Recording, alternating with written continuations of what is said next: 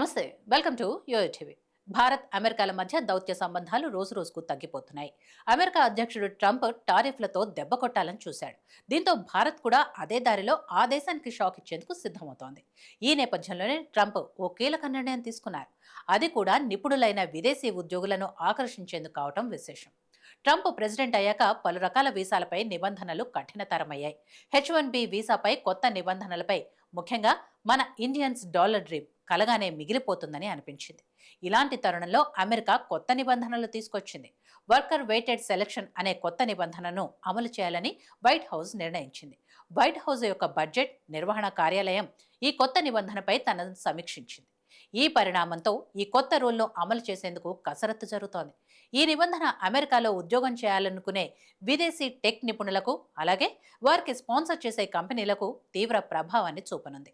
పాత విధానంలో H1B visa కోసం దరఖాస్తు చేసుకున్న ప్రతి అప్లికేషన్కు లాటరీలో సమాన అవకాశాలు ఉండేవి. ఎంత ఎక్కువ జీతం ఉన్న ఉద్యోగమైనా, ఎంత తక్కువ జీతం ఉన్న ఉద్యోగమైనా లాటరీలో వాటికి సమానమైన విలువ లభించేది. ఈ విధానం కొంతమంది ఉద్యోగులు తక్కువ జీతాలకు ఉద్యోగాలు చేస్తూ వీసాలు పొందేందుకు, లేదా కొన్ని కంపెనీలు వీసాను దుర్వినియోగం చేసేందుకు దారితీస్తుంది.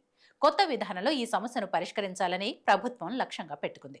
దీని ప్రకారం H1B వీసా ఎంపిక ప్రక్రియలో ఉద్యోగికి అధిక వేతనం ఉంటే ఆ అప్లికేషన్లకు ముందుగా ప్రాధాన్యత ఇస్తారు. దీనికి సంబంధించిన ఎంపిక క్రమం ఇలా ఉంటుంది. అత్యధిక వేతనం ఉన్న వేజ్ లెవెల్ 4 ఉద్యోగులకు, వేజ్ లెవెల్ 3, ఆ తర్వాత లెవెల్ 2 ఉద్యోగాలకు, అత్యంత తక్కువ వేతనం ఉన్న వేజ్ లెవెల్ 1 ఉద్యోగాలకు క్రమంలో వర్తిస్తుంది. ఈ కొత్త విధానం వల్ల కేవలం వీసా కోసం తక్కువ జీతంతో దరఖాస్తు చేసుకునే వారి సంఖ్య తగ్గించవచ్చని, నిజంగా నిపుణులైన ఎక్కువ జీతం పొందగలిగే అభ్యర్థులకు ఎక్కువ అవకాశాలు లభిస్తాయని అమెరికా ప్రభుత్వం భావిస్తోంది. ఈ విధానం ప్రభావం వివిధ వర్గాల్లో స్పష్టంగా కనిపిస్తోంది. ఇప్పటికే అధిక వేతనాలు పొందేవారికి, లేదా అధిక నైపుణ్యాలు కలిగిన వారికి ఈ మార్పు వల్ల మరింత లాభం చేకూరుతుంది. వారు వీసా పొందే అవకాశాలు గణనీయంగా పెరుగుతాయి. కంపెనీలు నిజంగా అత్యుత్తమ టాలెంట్ కోసం అధిక వేతనాలు ఆఫర్ చేస్తే ఆ అభ్యర్థులకు వీసా పొందే అవకాశం ఎక్కువ ఉంటుంది.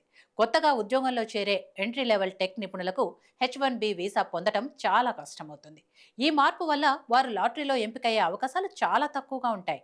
అమెరికాలోని కంపెనీలు ఇప్పుడు గ్లోబల్ టాలెంట్ కోసం పోటీ పడాలంటే ఉద్యోగులకు మరింత మెరుగైన పోటీతత్వ వేతనాలు ఇవ్వాల్సిన అవసరం ఉంటుంది. తక్కువ వేతనాలతో ఉద్యోగులను నియమించుకోవాలని చూసే కంపెనీలకు ఈ వీసా పొందడం కష్టమవుతుంది. ఈ నిబంధనను ఇప్పుడు homeland security department, America citizenship and immigration services అధికారికంగా ఫైనల్ రూల్గా ప్రకటించే అవకాశం ఉంది.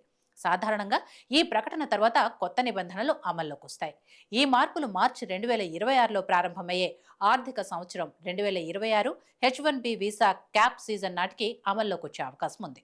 అయితే ఈ కొత్త నిబంధనపై చట్టపరమైన సవాళ్లు ఎదురయ్యే అవకాశం కూడా ఉంది. కొన్ని కంపెనీలు లేదా సంస్థలు ఈ మార్పులపై న్యాయస్థానాలను ఆశ్రయిస్తే దాని అమలు ఆలస్యమయ్యే అవకాశం ఉంది. ఏదేమైనా ఈ మార్పు అమెరికాలో ఉన్న టెక్ మార్కెట్లో ఒక కొత్త పోటీ వాతావరణాన్ని సృష్టించనుంది.